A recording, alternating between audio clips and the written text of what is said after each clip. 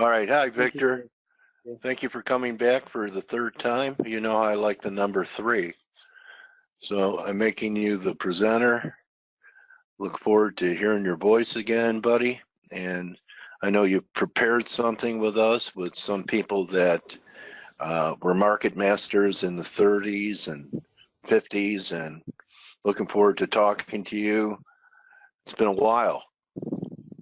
Yeah, Dale, it's been about almost a year since the last interview. Oh, time flies while you're trying to pick a top in the S&P. Oh, I know. And you know, you picked a really good intro because the number 3, we're going to be talking about the law of 3 and the law of 7. Oh, great. The law of vibration. Oh, beautiful. Yeah, I read your what you wrote on Twitter about what you were going to cover, and you know, I appreciate when people put some time and preparation into bringing, you know, great educational content. And I've been saying this is a don't miss it. So you know what I'm going to do, what I normally don't do? Mm-hmm. I'm going to shut up and I'm Okay. going to let you talk and learn. Well, let me before I get started with that, I'm going to be using screenshots of images that I posted last night on Twitter. So if I go to this screen here, do you see this screen right here? Apple. Okay, let me try something. This is the Apple daily chart, which I'll go over with you at the end. I kind of have a loose agenda, but it's been intriguing for me because I discovered it. I mean, I discovered this challenge or this journey probably a month ago when I was looking into what Gann really meant by the term law of vibration, which he uses in a ticker interview with Weitzkopf back in 1909, I believe. It's called the famous ticker interview. You can look it up. Anybody can go on Google and look it up. Just Google the Gann Weitzkopf ticker interview. Is it audio only?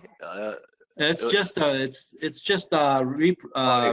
they're quotes and reprints of. Oh, I see. Okay, so it's written. Of the summary. Okay. It's not a video. It's I mean 1909 they didn't. They didn't even have it. Okay. All right. So what I'm going to do is I'm going to give you the reason I put these images together to show you is because one step led to another along this journey, and it ended up that what I would call theoretical or hypothetical scientific thoughts and ideas actually led to another step, which I'm now going to, at the very end, use this Apple chart as an example. I'm going to use one other chart as well of the ESs on how I interpret what Gann was trying to tell us when he talks about the law of vibration in his book, The Tunnel Through the Air. So let me go to this other screen here. Okay. Can't go down here. Show you in a minute.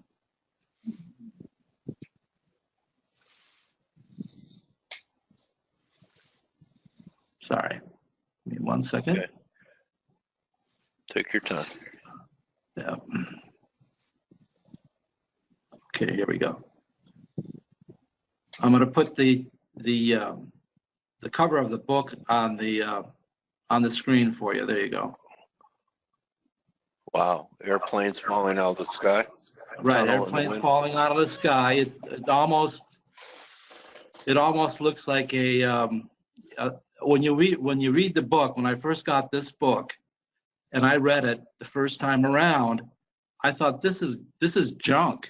This is nothing but a romance novel melded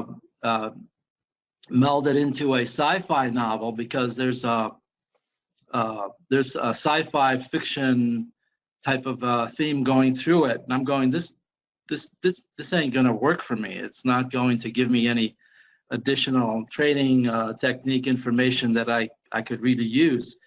But in this book, the book is coded, and Gann even says in the introduction that he suggests that you read this book 3 times. The number 3 comes up again, just like you mentioned in the opening. And then he says you'll begin to see things that you hadn't seen before in the book. And so what I'm going to do is read a portion of the book in chapter 7, on page 77 of chapter 7. It's the only time that Gann mentions the law of vibration in the book, The Tunnel Through the Air. And I'm going to read you this part because this part, I think, is a big clue.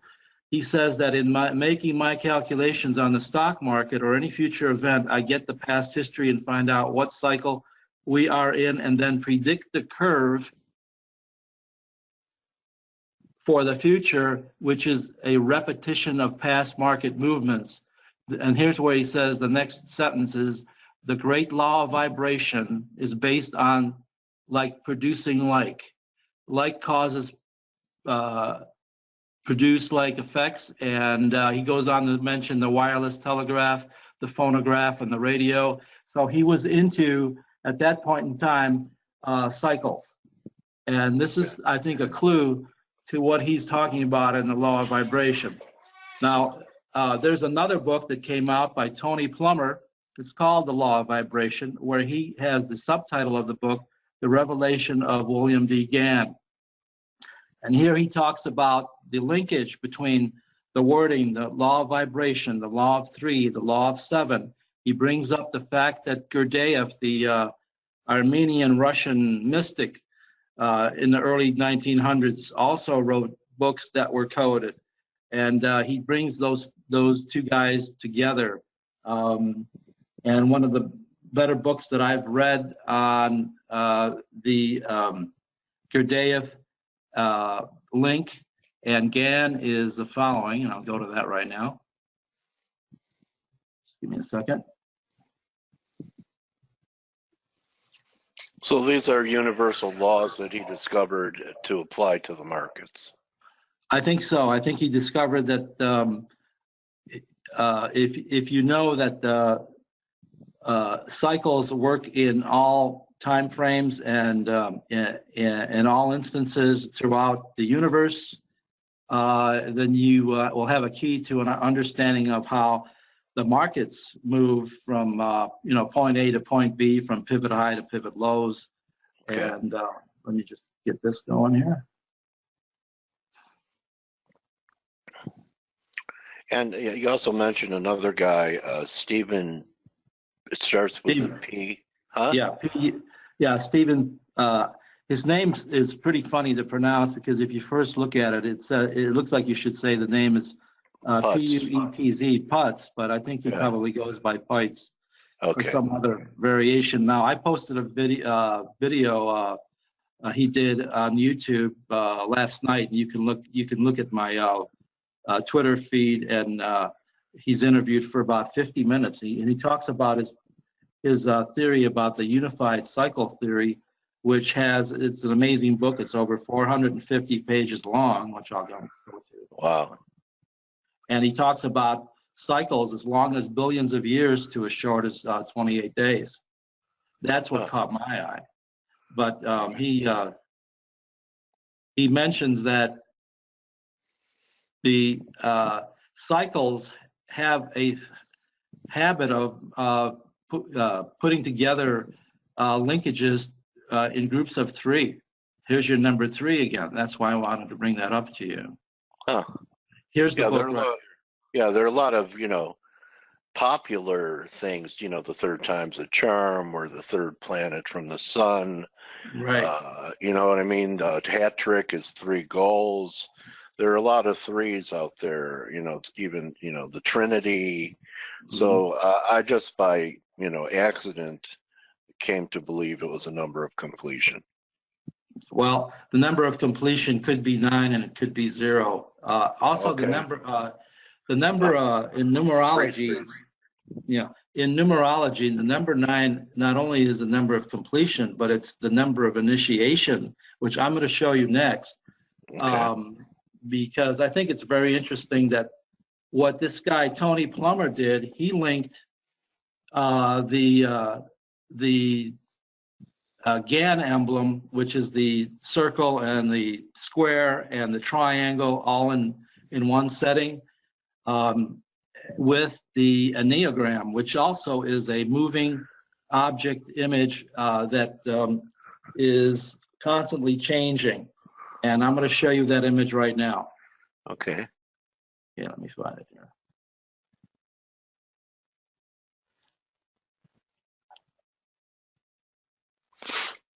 Coming up to it. Okay, here we go. This is a great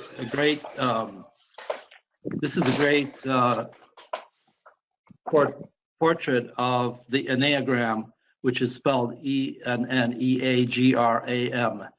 and it's from a book that Christian Wertenbacher wrote. And if anybody's interested in more about discovering how Gurdjieff actually coded this image into his works, this is the book to get. If you notice, Dale, there's a 9 at the very top. See that there? Right. Yes. You see my little finger there? Okay. Yeah. That is the number that is linked with the sacred triangle 3, 6, and 9. I gotta get back down here. Okay, 3, 6, and 9. In this example, the way the movement of these numbers is goes is that it's not actually moves from 1, then the 2, then the 3, then the 4, then the 5, then the 6, and so on until you get to 9, and then you start over. Actually, the number starts like this. It starts with a 1 here.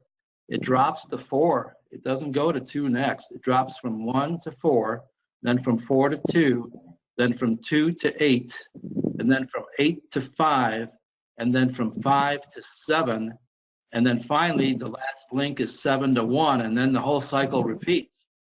Now, according to Tony Plummer, this is the secret to the markets, because what he did next is the following, and you're going to see why. So I'm going to jump ahead here and go to this. This actually is another image of the same thing we just talked about. If we start at 1, we go to 4, then we go to 2, then we go to 8, then we go to 5. I'm sorry, 5 is right. 5 is right there. I've cut it off.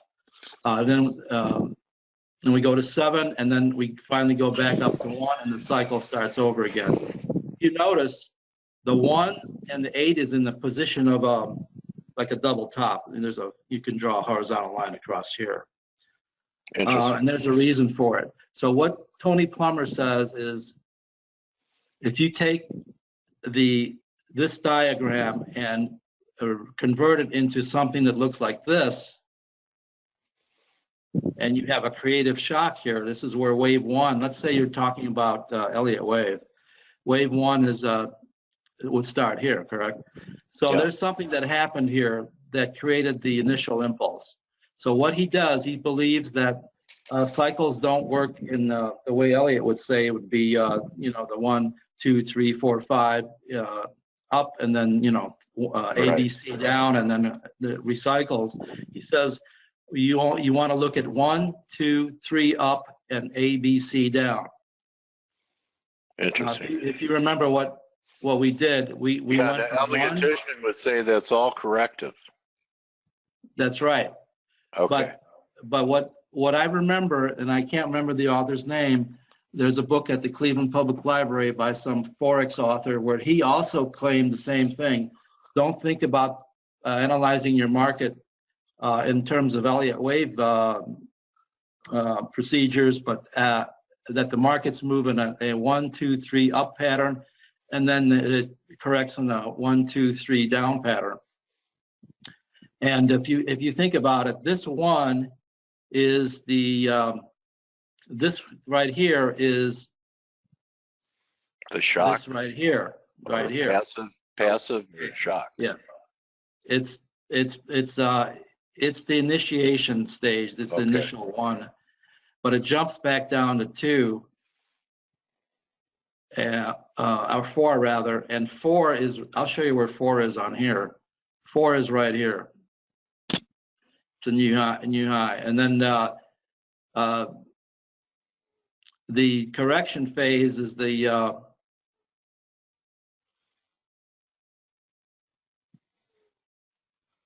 correction phase would be starting here, 8, 5, 7, and then back to 1. But basically, you want to be aware of this pattern right here, which is what Plummer's theory is based on. And I wanted to mention something too, because I'm going to cover the an interesting aspect of W.D. Gann and his secret book that he wrote called The Ancient Science of Numbers, Secret Science of Numbers. And he used an alias. He used the name of Luo Clement. L-U-O is the first name. And that always bothered me because I thought, why would someone bother to go to that extent and not just spell his first name as L-O-U for Lou? And there's a reason for it. And I'll go over that with you. But the main reason for it I will go over is also based on the fact that the numbers that are linked in numerology called triads, they work together, and it's a way to base whether your birth value and your first name value are on the same path. And if they are, then you're in a good spot. So the numbers 3, 6, 9. That's the golden triangle. Yes. And that's one of the paths. The other path is 1, 5, and 7. 1, 5, and 7. And the other path is 2, 4, and 8. So those are the 3 paths that Gann talks about in his book. And I'll get you that screenshot in 1 second here. Okay. Right here. I cut his name off, but the name on the author's name is Luo, L-U-O, and the last name is Clement, C-L-E-M-E-N-T. And he wrote this book in 1908. Interesting that Gann would play around with your head, because the Tunnel Through the Air has 36 chapters, or 360 degrees, the circle. In this book, The Ancient Science of Numbers, there are 9 chapters, because there are only 9 numbers, 1 through 9, and then it starts over again. In numerology, that's what you do. You reduce your larger number into one of the numbers between 1 and 9. And so what he did in this book, he talks about how to apply the number calculations based on your birth, the day in the month of the month you were born, which gives you the birth value, and then you take your first name and you compute the value, total value, and reduce it to a number. And if they both agree and they both fall on one of the paths, you're in a good spot. If you have a birth value that does not fall in the same path as your name value, you've got a problem. And so I looked up mine. And for me, my first name, Victor, is on a path of 5. And when I looked at my birth value, which is the 28th of July, so 28 reduces to the number 10, and then 10 reduces to the number 1. I had a problem because I wasn't on the same life path. I mean, I wasn't on the same path. But I remember this because this is very interesting. In this book, Gann says, if you have a problem and you want to have the birth value and the name value agreed and they're on the same path, you may want to change your name. And if you can't change your name, you may want to start using a nickname, and you may want to ingrain that in your head by talking about it, twice a day, and then even get your friends to talk to you as in your nickname. So I remember when I was working at a record store in Chicago, and my manager was a boisterous Armenian guy who knew everything about classical singers. You might like this, classical vocalists. Okay. And one day, when I would answer the phone, I would, if I didn't want people to know my real name, I would say my name was Zoltan, Z-O-L-T-A-N. And one day I took the day off, and my manager answered the phone, and the guy somebody was asking for, can I talk to Zoltan? And of course, my manager didn't know who that was. So he says, sorry, Zoltan's not here today. He's in Paris, France, signing the Treaty of Versailles. But when I did my nickname, Zoltan, and did the path, it worked out. It was a number 7. So I had a 157. And so I should start using Zoltan as my nickname again. Maybe I'll have a better trading result. But that gives you an idea of how far Gann would go to talk about these concepts. Also, if my friend, student who goes by the nickname of Zuko was listening, Z-U-K-O, his name path equals 1. The other thing that Gann did is he talked about cycles in this book, and I'm not going to get into that right now because I want to get to the other parts in this presentation. So, okay, buddy. So what does all this mean in terms of my use of the concept? Well, what I started doing is I started trying to figure out a way I could predict where pivot points would occur using a method that incorporates the law of 3 and the law of 7 and what I now call the VZ key of 1 through 10 numbers. So I might have a VZ1, VZ key of 1, 2, 4, 5, 6, 8, 9, and 10. And then actually, if you go above 10, the methodology does not work very well. But I'm going to go over these charts with you first. But before I do that, the reason I think that Gann picked out the name LUO based on his theory in the book he actually wrote is because if you take the name LUO, you get a name value of 3. And remember, you opened up with the words 3 this morning. Right. Huh. Okay. Now what I did is I said, okay, I'm going to take Gann's first name, but Gann used initials. He uses W and D. So when I take W and D and pretend that's a name, first name, I get a name value of 9. So we already have 3 and we have a 9. And Gann's birth date was on June 6th. So what I think Gann was doing is he sat down and figured out, okay, I want to represent the golden, the golden triangle, 369, and that's why if he has a birth value of 6 and he has a name value of 9, LUO has a name value of 3. He has now completed the triangle. Huh. Wow. And that's what when I did that part of the summary, I said this guy is pretty clever.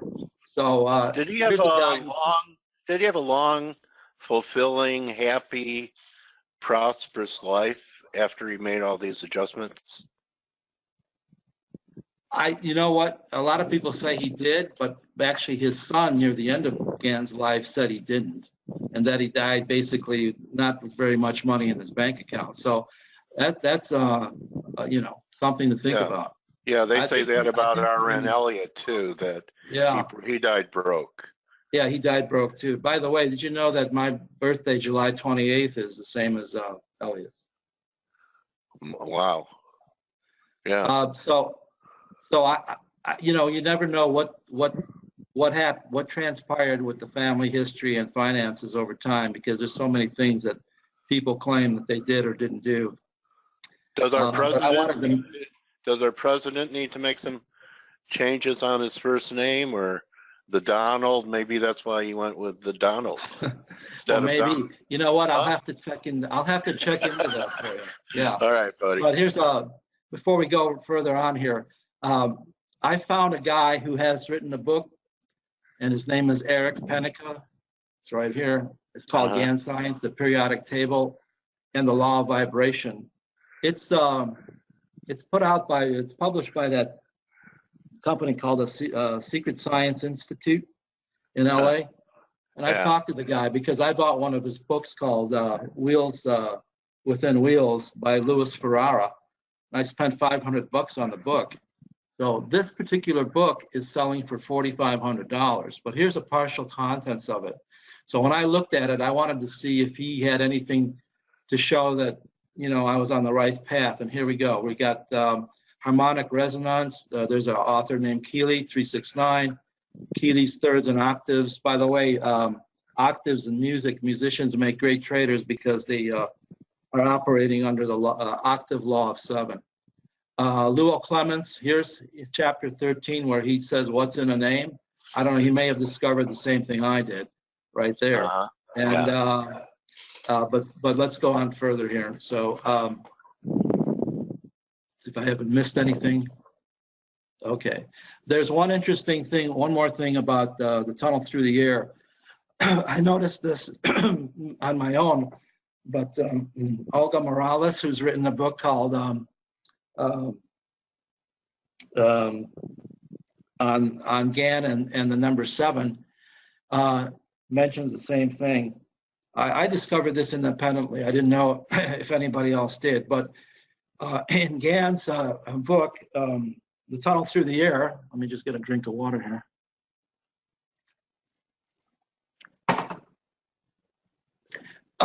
Where chapter 34 should be, if you look at the way the Roman numerals are sitting here for chapter 34, it looks like a misprint, right? It looks like 39. Okay. Yeah. That was done on purpose because Robert Gordon, who is the main character in the book, the title of the chapter is 7 Days. So there's a reference to 7.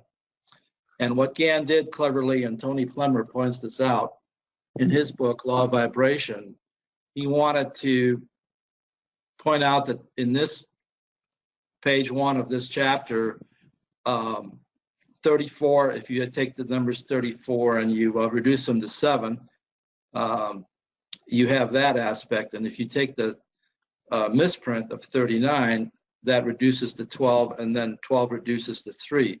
So in this particular page, GAN was introducing you to the two concepts of law of 3 and the law of 7. I just wanted to point that out. Okay. It's not a mistake. Okay. Right. So let's go. Now let's see what all this means to the traders out there, you know, because we know how to compute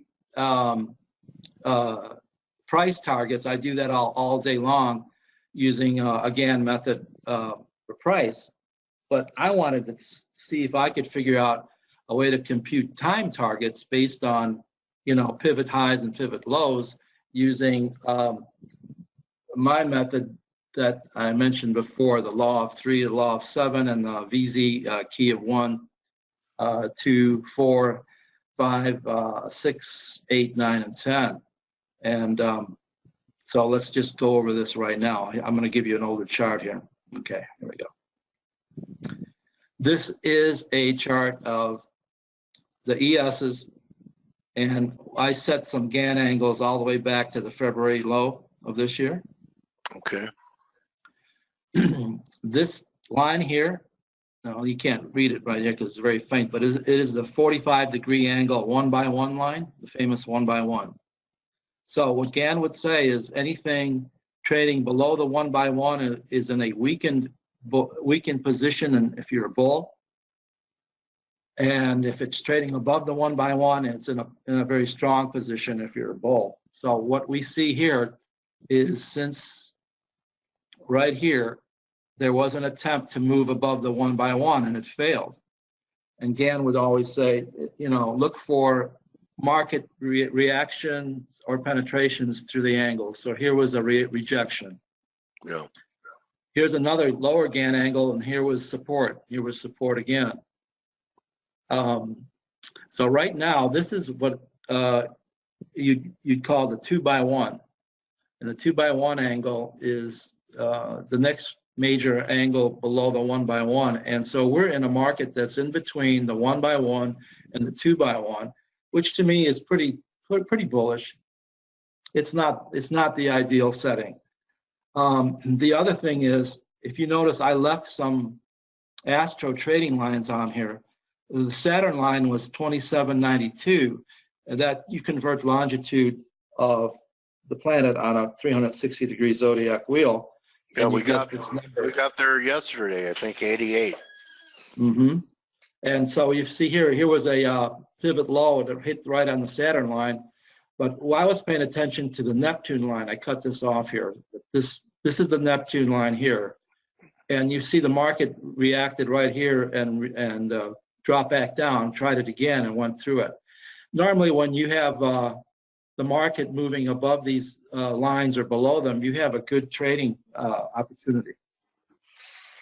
Okay. Now, the other thing that I wanted to mention, and this is where I bring all of this that I spent 20 minutes on just now talking about, is how did I apply, and I'm still trying to work out the kinks in it, is how can I use the Gann's law of vibration theory, the way I use it, to predict market target dates based on trading days, not calendar days. So here's an example. Off the June 28th low, which is right here, the law of 3 time target projection that I had made out ahead of time was 28.4 trading days, 28.4.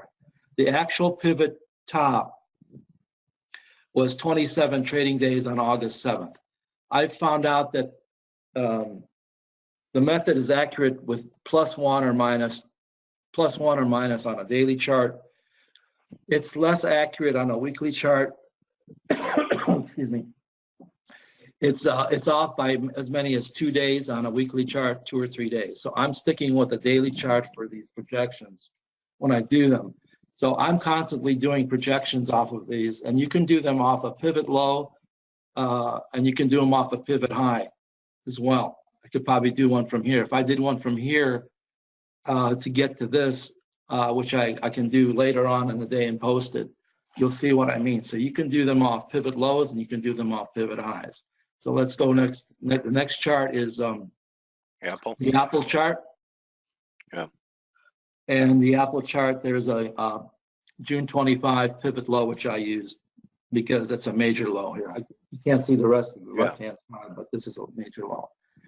Okay. And I installed the 1x1, and this is a little off. This should be come down to here, so I can fix that.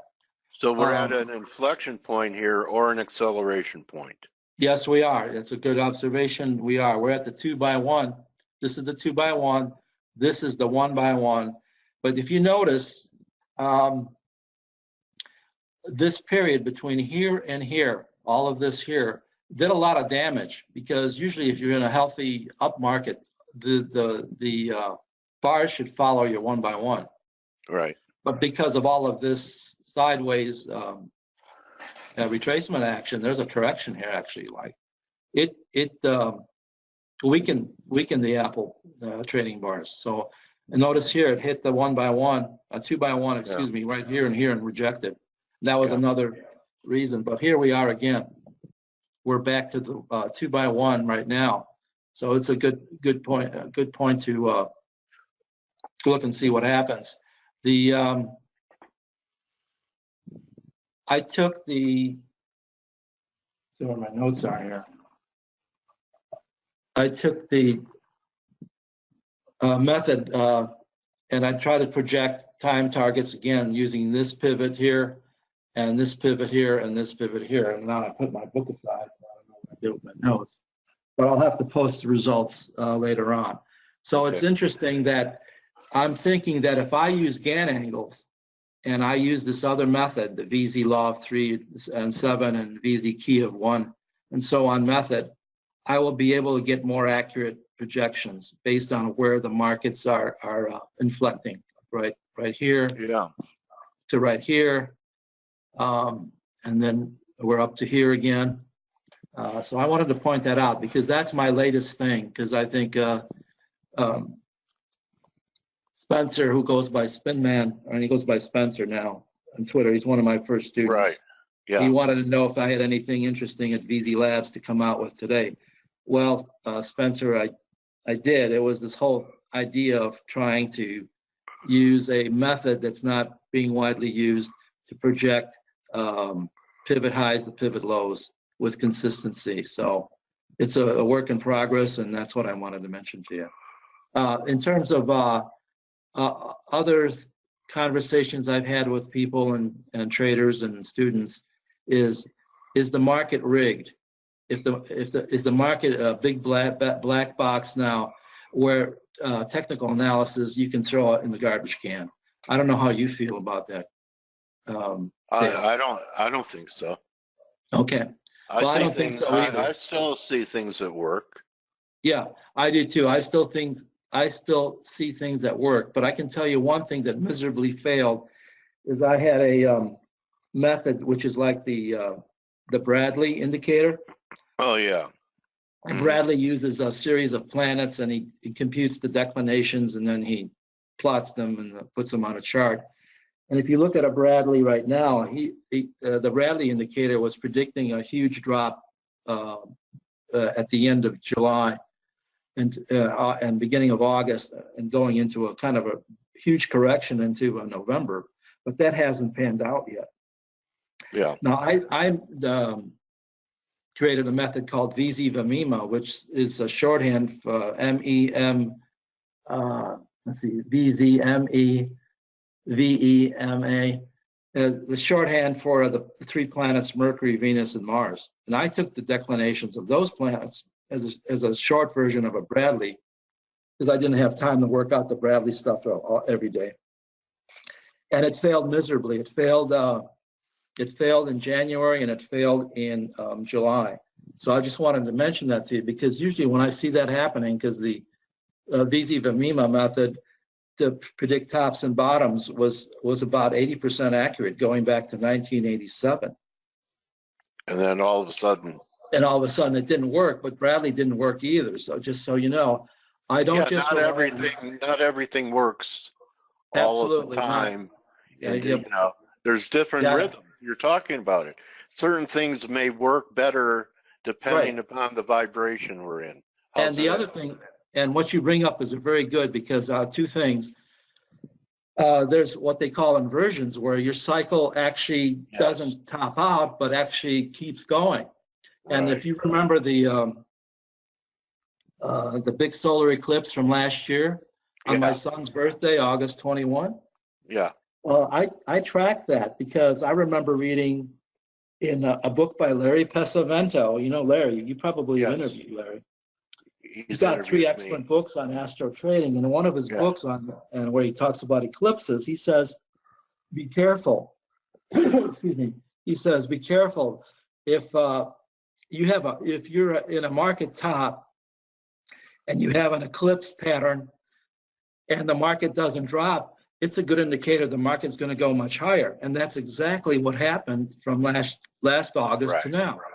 Right. So you're absolutely right. Keep your, as Gann would say, use all your tools all the time, but just remember, all your tools are not 100% predictive. Right. And if you don't learn how to change your mind, you won't have any change left. So obviously a man who puts out a statement like that was flexible enough to, as new information came in, and this is constantly a reassessing as new data and price action comes in, for you to be able to adjust to it and change your mind. You're right. And you know what? I'm going to give you a personal story now, and I'm sure you like these because you may even have known about him or knew him. He was a trader on the S&P minis, and he also traded, I think, in the IBM options. I'm not talking about Norman Winsky now, because I know Norman. He used to be part of one of my members of my old Yahoo group called Gans Ghost. Yeah. But this guy was Edward Toppel, Toppel.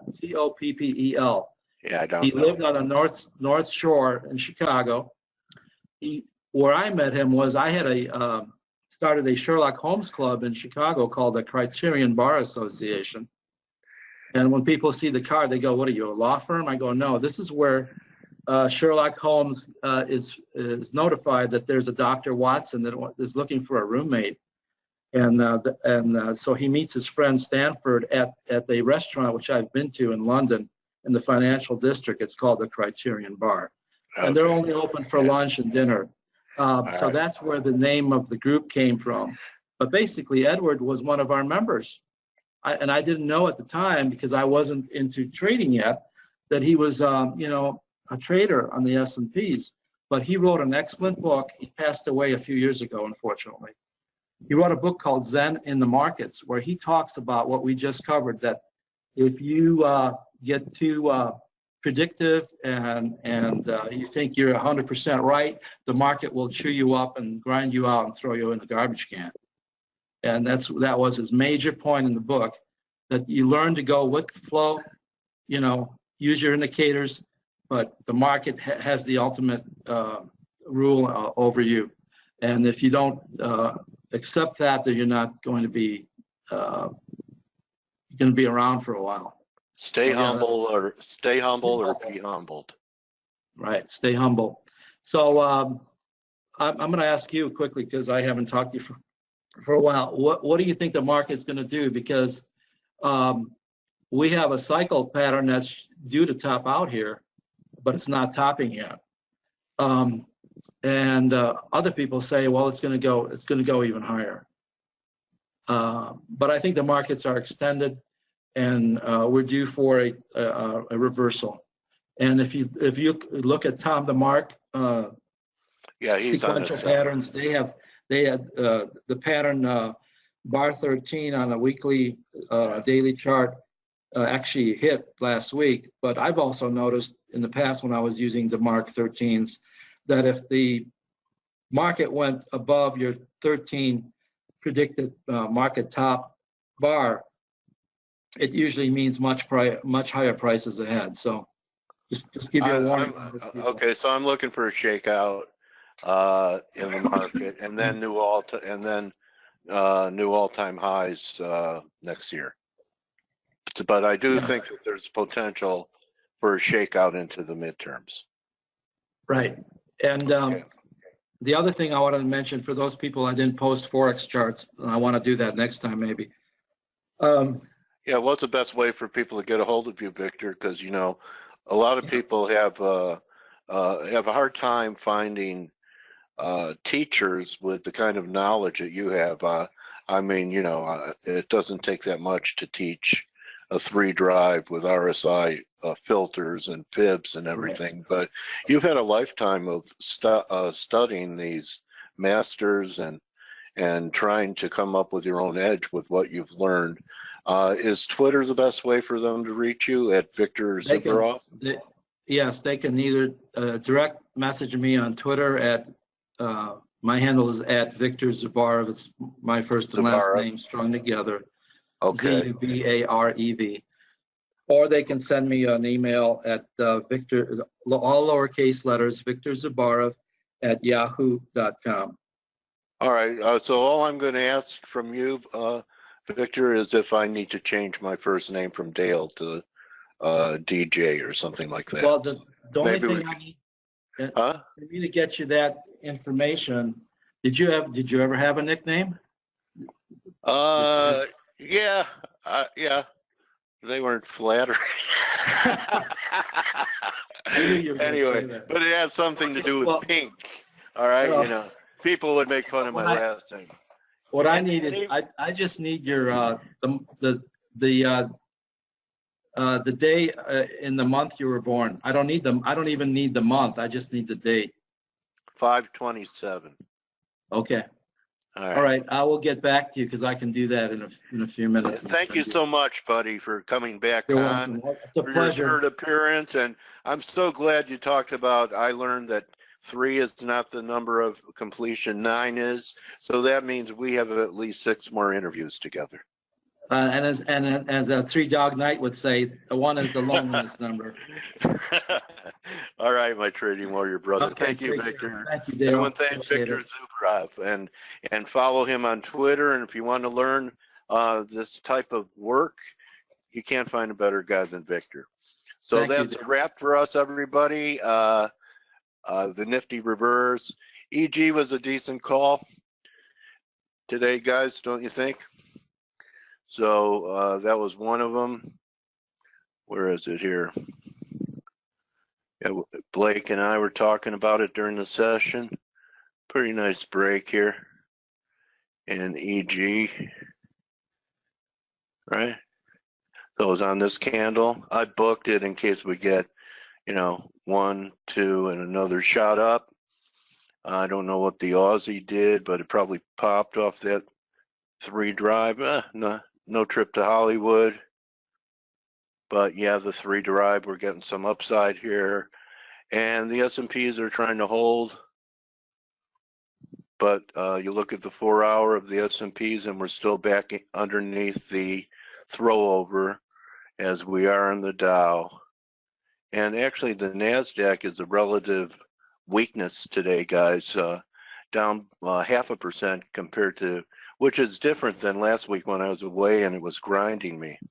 So we'll see everyone tomorrow. Thank you, everyone. Remember, don't forget to join ForexAnalytix. And most of all, don't just count your pips, count your blessings. See you at Paulie's European crossover tomorrow morning. And if you're not happy with your broker, don't forget to get a hold of Trent or Justin at Forest Park FX. See you everyone tomorrow. Enjoy the rest of your day. If you're not a member, you can join and go see what Blake is up to. See if he covered his EG. That was a great call. And what Steve is up to, and Stelios, and the 90 other guys and ladies in there, including Amanda, what they're thinking of this dollar weakness that came into the market during the interview. That's a wrap for me. I'll see everyone tomorrow. Good hunting. Adios, and thank you, Victor.